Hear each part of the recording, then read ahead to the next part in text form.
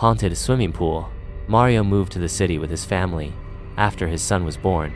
The cost of living in the city was high, so Mario worked cleaning jobs at different places from morning till late night. Within a few days, he got a new job at a swimming coaching institute. The work wasn't much, just cleaning the swimming pool properly after the 9 to 10 p.m. coaching and before the early morning 4 to 6 a.m. session. But little did Mario know about the terrifying incident that awaited him on the very first night of this new job. The institute was one of the best swimming institutes in America. It had several swimming pools, and Mario was assigned to clean pool number 7. On his first day, Mario arrived earlier than his scheduled time and waited for the coaching session to end. In pool number 7, where everyone was swimming, Mario noticed a girl standing alone in a corner of the pool, staring into the water. He was observing her carefully when suddenly, the pool manager arrived. When Mario turned back to look at the girl, she was gone, not just from that spot, but from the entire pool area. It felt strange to Mario how she disappeared in just 2 seconds. Before he could think more, the manager started explaining his duties to him. After some time, the coaching ended, and Mario began cleaning the pool. It was close to midnight, and there was no one else around in that pool area. While cleaning, Mario grew tired and reached the far corner of the pool, where he noticed a shadow near the door. At that hour, it was odd for anyone else to be there. He shouted loudly, "Who's there?" but received no response. Mario called out again, louder this time, "Who is it? Who's there?" When no answer came, he left his work and walked toward the door. As he approached, the same girl he had seen earlier near the pool ran out from behind the door. Mario chased her, but she vanished into thin air. Outside, the security guard was asleep. Mario woke him up and told him about the girl. Startled, the guard joined Mario in searching for her throughout the institute, but she was nowhere to be found. By the time they finished searching, it was already 1 a.m., and swimmers for the morning session would start arriving in just 2 hours. So, Mario quickly returned to his work. While working, Mario suddenly heard a sound of something moving in the water.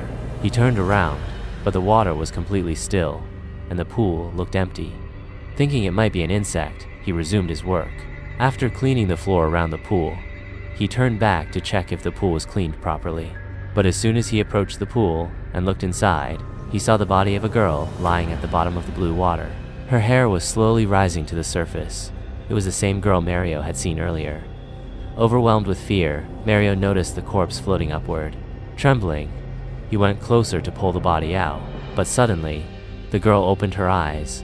Pale face, bloodshot eyes. Mario fell, terrified.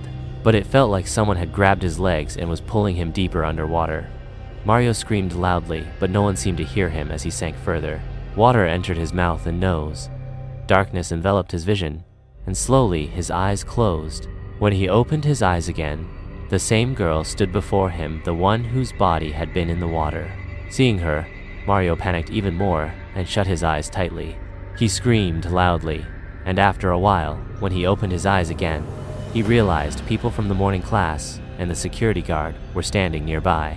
The girl was nowhere to be seen.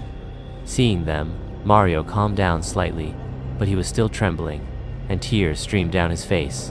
When Mario recounted the entire incident, a boy took him aside and told him something that sent chills down his spine. He learned that about a year ago, a 19-year-old girl named Alberta had drowned in this very swimming pool. Alberta was the institute's best swimmer and practiced every night in pool number 7. One night, out of jealousy, another student playfully pushed her into the pool and left. Unbeknownst to the student, Alberta had suffered a seizure upon entering the water, lost consciousness, and tragically drowned. Hearing this, Mario was deeply shaken. Realizing that what happened to him was caused by a ghost, he became terrified. The image of the girl wouldn't leave his mind. The next day, he quit his job. After that incident, Mario developed a lifelong fear of water. Though he left the job at pool number 7, the nightmares from that night still haunt him to this day. And perhaps, even now, Alberta's spirit continues to wander in pool number 7.